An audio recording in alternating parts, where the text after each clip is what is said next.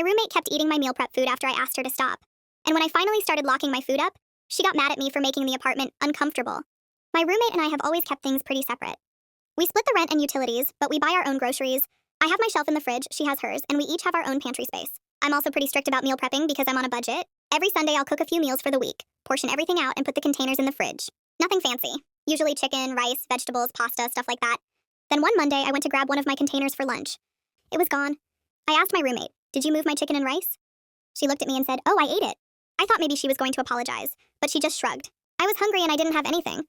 I told her it was fine this time, but asked her not to eat my food again because I had already portioned everything out for the week.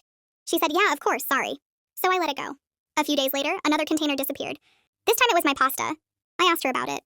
She said, "Oh yeah, I ate that too, I'll replace it." She didn't. The next week I started putting labels on everything. My name, the date, and sometimes even lunch or dinner. I figured there was no way she could accidentally take it anymore. Apparently I was wrong. I came home one night and found an empty container sitting in the sink.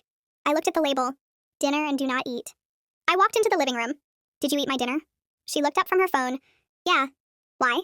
She sighed like I was bothering her. "Because you always make a lot. That doesn't mean it's yours. I'll make you something tomorrow." "You said that last time?" She rolled her eyes. "It's literally just food." That sentence really annoyed me, because to her maybe it was just food. To me, it was groceries I had paid for, time I had spent cooking, and meals I was counting on having after work. So I told her again very clearly, "Please stop eating my food. I don't care if you're hungry. Ask me first." She said, "Fine." A week later, it happened again. Then again. At that point, I stopped arguing. I bought a small lockbox that could fit inside the fridge. I put my meal prep containers inside it, locked it, and put the key on my keychain. The next morning, she opened the fridge and saw it. She stared at me. "Are you serious?" "Yeah." "You're locking food in the fridge now?"